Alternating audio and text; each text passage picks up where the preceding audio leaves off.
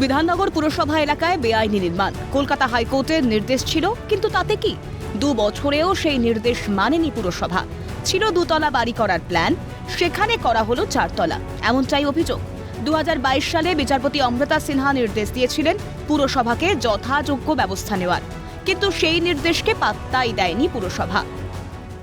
Corporation কিছুই ভূমিকা করেনি, কোনোদিনই ভূমিকা করতো না। ওরা আসতো, চুপচাপ আসতো, যেত, কথা বলতো। এখানে 30টা 40টা মেয়ে থাকছে ইল্লিগাল। একটা যদি বাথরুম, 2টো বাথরুম করতে পারমিশন আছে। এইখানে আজকের ডেটে উপরে একটা ফ্লোরে ওরা তখন বানিয়েছিল, মতলব একটা ফ্লোরে 8-8টা বাথরুম করে। কোর্টের নির্দেশের পর ডেমোলিশন, পৌরসভার চিঠির পর ওইখানে যেহেতু লেখাও আছে প্রহিবিটেড, তাও হচ্ছে। পৌরসভা নোটিশ আমাদেরকে বাই হ্যান্ড দিয়েছে, বাই পোস্ট পাঠিয়েছে, স্পিড পোস্ট পাঠিয়েছে। একটা নোটিশ আমাদের গেটে লাগানো হয়েছিল, সেটাও আমার কাকা ছিঁড়ে ফেললো। এই অ্যাকশনটা তো আজ পর্যন্ত দেখলো না। এবার কখন অ্যাকশন নেবে? যখন ভেঙে পড়বে তারপরে এসে অ্যাকশনটা নেবে।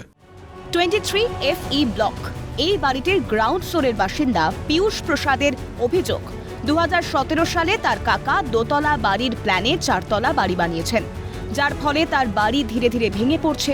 গ্রাউন্ড ফ্লোরে তার বসবাস, সেই কারণে মাঝে মাঝে সিলিংয়ের অংশ ভেঙে পড়ছে বারান্দা এবং ঘরের একাংশ। 2017 সালে এই কনস্ট্রাকশন তৈরি হওয়ার সময় বিধাননগর পুরসভার কাছে অভিযোগ দায়ের করেছিলেন পীযূষ প্রসাদ।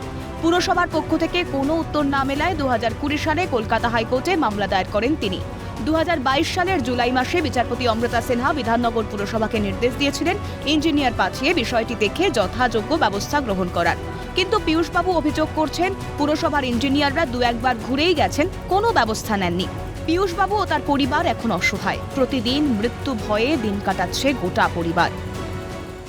2 তলাকে 4 তলা বানিয়ে নেওয়া হলো, এর জন্যই আমি ইল্লিগাল বলছি। ভেঙে ভেঙে পড়ছে ইচ এন্ড এভরিডে, একটা বড় বড় স্ল্যাব পড়ছে উপর দিয়ে, এটাও নাকি প্লাস্টার পড়ছে, আপনার কংক্রিট পড়ছে। আতঙ্কে থাকবো না? আমার ছোট ছোট বাচ্চারা এখানে বসবাস করছে, বাচ্চা না বাথরুম যেতে পারছে না, বারান্দায় যেতে পারছে না। বিল্ডিংটা এরকম ধসে ধসে বসে গেছে, রাস্তা আর বিল্ডিং এক হয়ে গেছে। আতঙ্কে থাকেন? হ্যাঁ, আতঙ্কে থাকি, 2টা ছোট ছোট নাতিকে নিয়ে আতঙ্ক থাকি।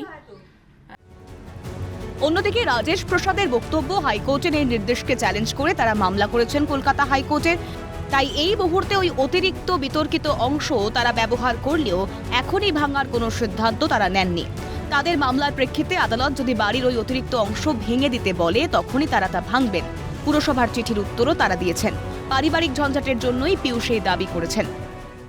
আর সঙ্গীতা প্রসাদ, যে আমার দাদার বৌদি আর ভাইপো, তাদের শেয়ার হচ্ছে 10%। ওরা পুরো ফ্ল্যাটটা দখল করে বসে আছে, ওখানে হচ্ছে 3 জনের অংশ। এবার ওরা ছাড়তে চাইছে না, এই বলে এটা ইললিগাল কনস্ট্রাকশন বলে। দেখুন আপনি এই বিএমসি নোটিশটাই দেখুন, এখনো পেন্ডিং আছে, ওটা হিয়ারিংটা হোক। নাই হলে যদি ভাঙতে বলে ভাঙবো, যদি থাকে যে হ্যাঁ প্লাইবোর্ডের করা যাবে না, তাহলে ভাঙতে হবে। তৎকালীন মেয়র সব্যসাচী দত্ত জানান, 2017 সালের অভিযোগ মনে রাখা সম্ভব নয়। সেই সময় যদি কোনো বেআইনি কাজ হয়ে থাকে, তার দায় নিতে তিনি নারাজ। আমার টাইমে যা কমপ্লেন এসছে, যখন আমি মেয়র ছিলাম, তার মধ্যে যা কমপ্লেন এই ধরনের এসছে, আমরা অ্যাকশন টেকেন রিপোর্ট, তার দায়ভার আমার।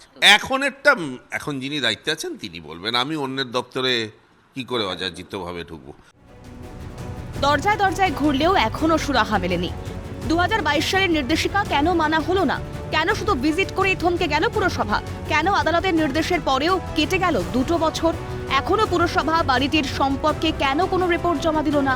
উঠছে একাধিক প্রশ্ন।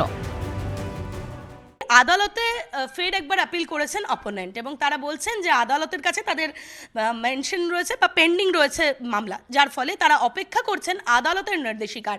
এই যে সিঙ্গেল বেঞ্চের নির্দেশিকা যা রয়েছে, তা আপাতত তারা মানছেন না, বা সেক্ষেত্রে আপাতত যেহেতু মামলাটি পেন্ডিং রয়েছে, সেই কারণে এই মুহূর্তে তারা অপেক্ষা করছেন যাতে ফের ফার্দার অর্ডার আসুক, তারপরেই তারা পরবর্তী সিদ্ধান্ত নেবেন। কিন্তু বিধাননগর কমিশনার বা বিধাননগর মিউনিসিপ্যাল কর্পোরেশন কি বলে, অবশ্য সেটা আমাদেরই দেখার বিষয়। ক্যামেরায় শুভময় দাসের সাথে অভিরূপা হাজরা, ক্যালকাটা নিউজ।